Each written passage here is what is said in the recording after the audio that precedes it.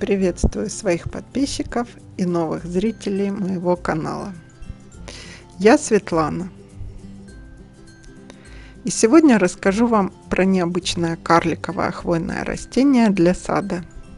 Оно растет у меня и настолько мне понравилось своей неприхотливостью и необычным интересным внешним видом, что я его повторила даже 2 раза. Это казацкий можжевельник Тамарис цифолия. Я садовник начинающий, и для меня все можжевельники были на одно лицо.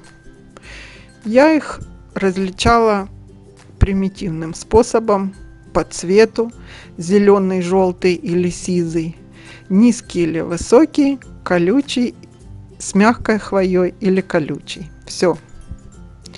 Чтобы не напортачить со своими первыми посадками, у консультантов в питомниках всегда переспрашивала и приставала со своими вопросами. В этот раз я попросила сориентировать меня, что по моим запросам мне нужно хвойное растение в сад, скорее всего можжевельник. Не слишком высокий, не совсем маленький. Пусть, если будет колючий, то немножко. И чтобы красиво стелился, а самое главное, чтобы не требовал ухода. Точно по моим запросам мне и предложили: вот это то, что вам надо. Можжевельник казацкий Тамарис цифолия. Это именно он, первый мой можжевельник, который я посадила. Я его название сразу выговорить, честно говоря, не могла. Запомнила, что казацкий, и все. Посадила я его весной 2020 года. Тогда среди травы определила для себя первый понятный периметр для клумбы веревочками, палочками. Посадила и жду-пожду, когда он вырастет. Значит, лето прошло, осень, когда закроет мне хоть чуть землю и бурьян перестанет расти. Прочитала в него в интернете, насмотрелась фотографий, порадовалась удачному приобретению. И он за первый сезон вырос на пару сантиметров. Или вообще не вырос. Внешне он как-то мало походил на те фотографии, что я видела. И я, честно говоря, решила, что мне продали что-то другое. Сильная разница была между тем, что у меня росло, и фотографиями Тамарис цифолии. Просто каких-то пару палочек в сторону у меня и не нарос даже совершенно. Отвлекусь от своего рассказа и скажу вообще про его характеристики.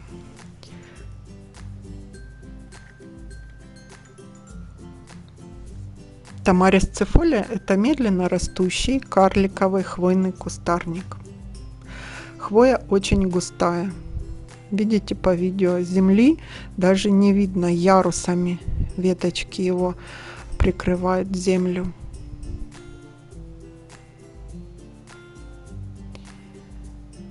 Хвоя его колючая, не очень. Обрезки и формировки он не требует совершенно. Только санитарные сухие веточки. Не подходит для топиарных стрижек. Вот видно, колючки небольшие у него. Руками можно трогать. Коротенькие веточки такие, смотрят строго вверх. Хвоинки. Вверх все приподнятые, он как лапки расстелил. Как у осьминожка лапки такие. В общем, совершенно неубиваемый, потому что к почвам требований у него никаких. Морозоустойчивый, полива не требует. То есть, если вы его даже поливать не будете, вот я трогаю хвою, ему будет отлично, дождика ему хватит. Высоту достигает сантиметров 30, но зато в ширину 1,5-2 метра. Но это к 10 годам такой вырастет. выносит и солнышко, и тень. Поэтому его везде можно сажать.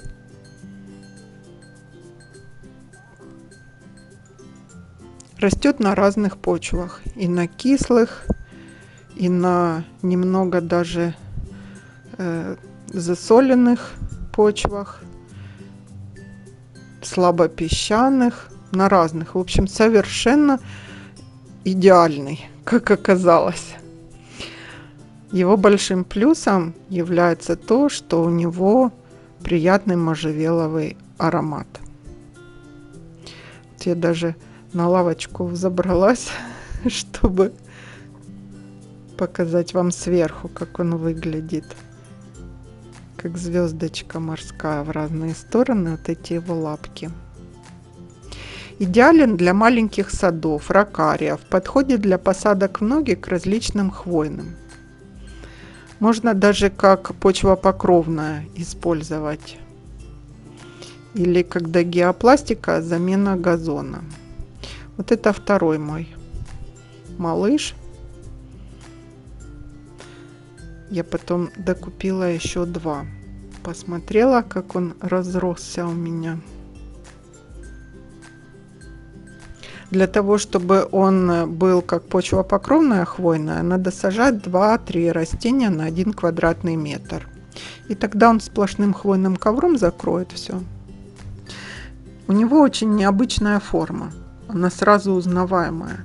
Похож на морскую звезду или какой-то, смотрите, диковинный такой цветок с распростертыми лепестками.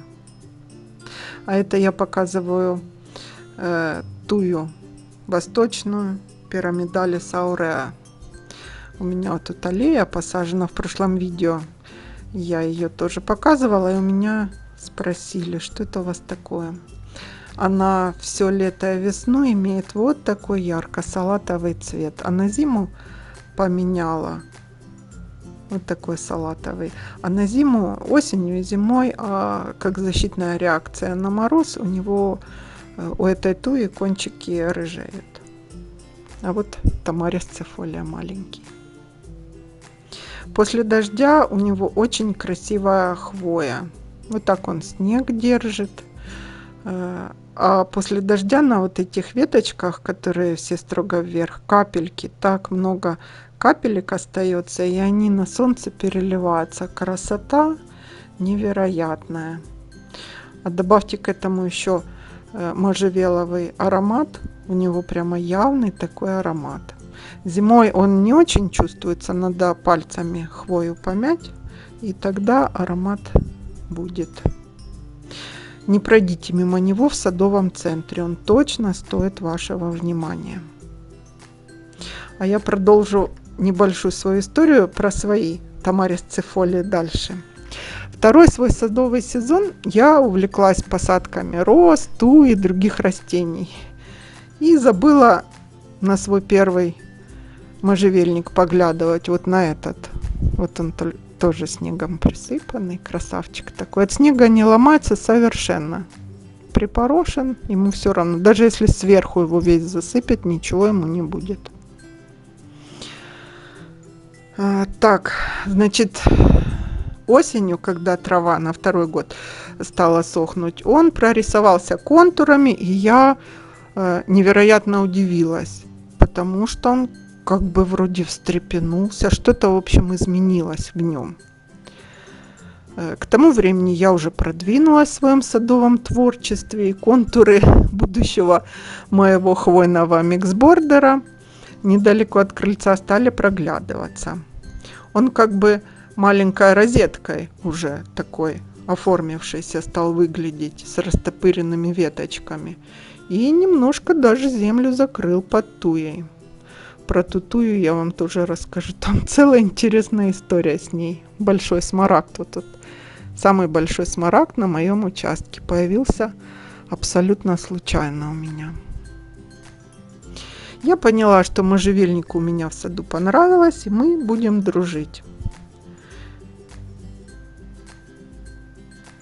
На сегодняшний день в моем саду растут уже 3 Тамарис цифолия. Вот эти 2 маленьких и большой.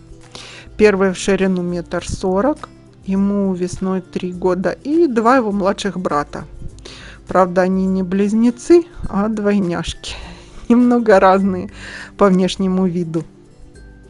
Они только 2-й сезон, у меня все впереди.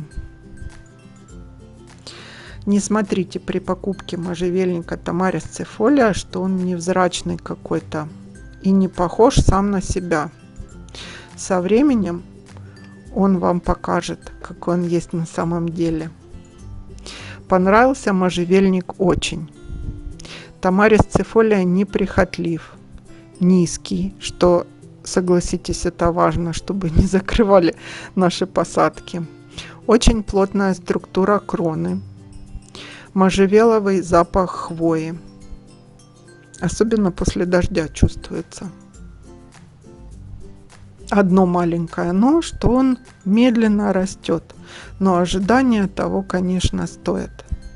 Мы всегда хотим, чтобы раз и за сезон наш сад был как на картинке, которую мы сами себе нарисовали.